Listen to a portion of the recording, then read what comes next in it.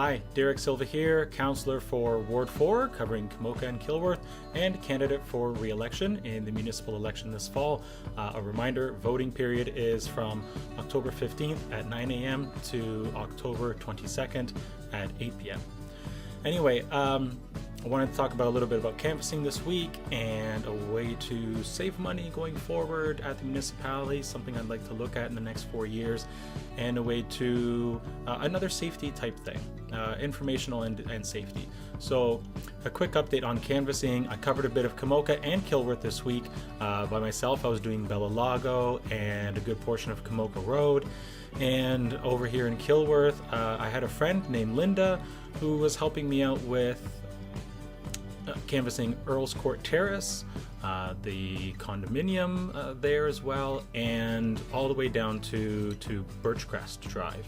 So we covered a lot of ground today. It started raining, unfortunately, but regardless, it was a really good time. Lots of positive conversations so far.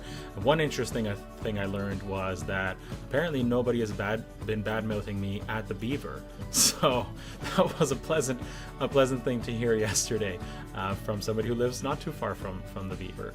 So otherwise, the saving money idea. I work for a blockchain startup called Bloom full-time. That's my full-time job. And as part of that, I'm being exposed to some really new technology. And let's forget about Bitcoin, Ethereum, Litecoin, all the other cryptocurrencies. It's not what this is about. This is about the actual underlying technology. And what I found really interesting was an article I read earlier this year about the city of Berkeley, California, issuing debt on a blockchain. That has multiple important effects. One is that you can do it a lot more cheaply.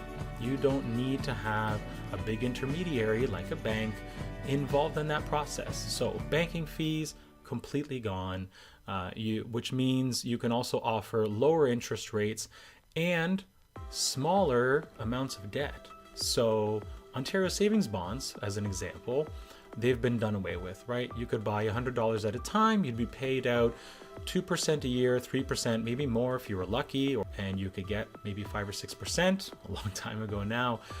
Those have been done away with, but we could actually do a similar thing at the municipal level, issue municipal bonds, $25, $100, eliminate the bank from that equation, and you're borrowing at a much lower cost. And instead of the money going to a bank, maybe you'll eventually see that in your RRSP through stocks and bonds and that sort of thing.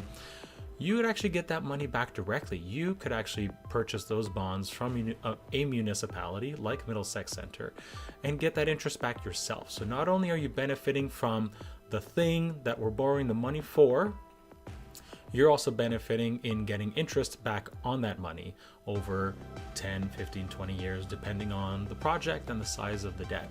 So it's something that's already being used. I think it'll be ready for smaller municipalities to use in the very near future, probably a year or two out. And when we do take on debt for a variety of reasons, a big one being development charges, we have to front the funds that we eventually receive development charges for to build new roads, to build new water infrastructure, and those sorts of things.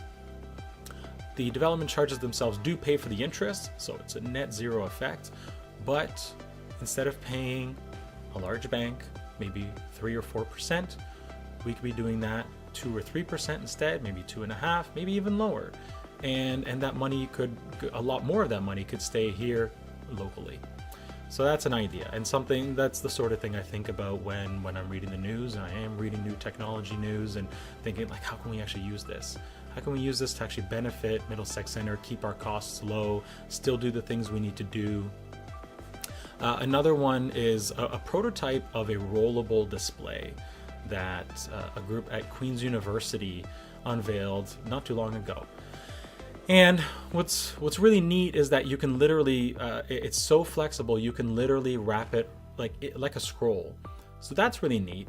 For some reason, the group at Queen's thought, oh, you could have a smartphone that you wrap around a cylinder.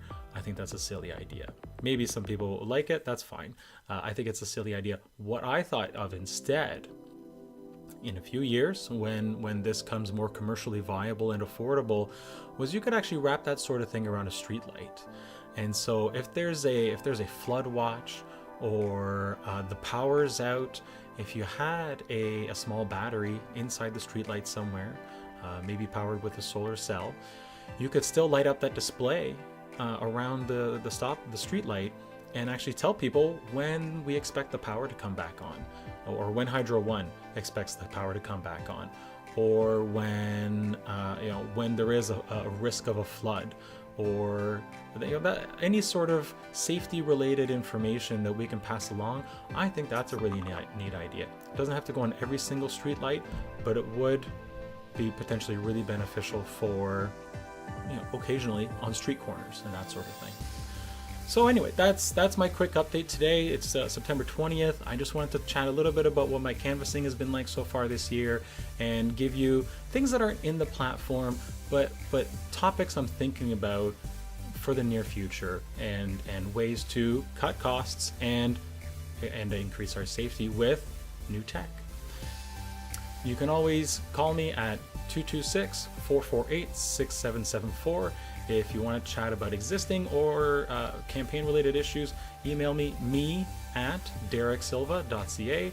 You can hit up the website, vote.dereksilva.ca, to learn all about the platform. And of course, I'm on Twitter and Facebook as well. Have a great day, and thanks for watching.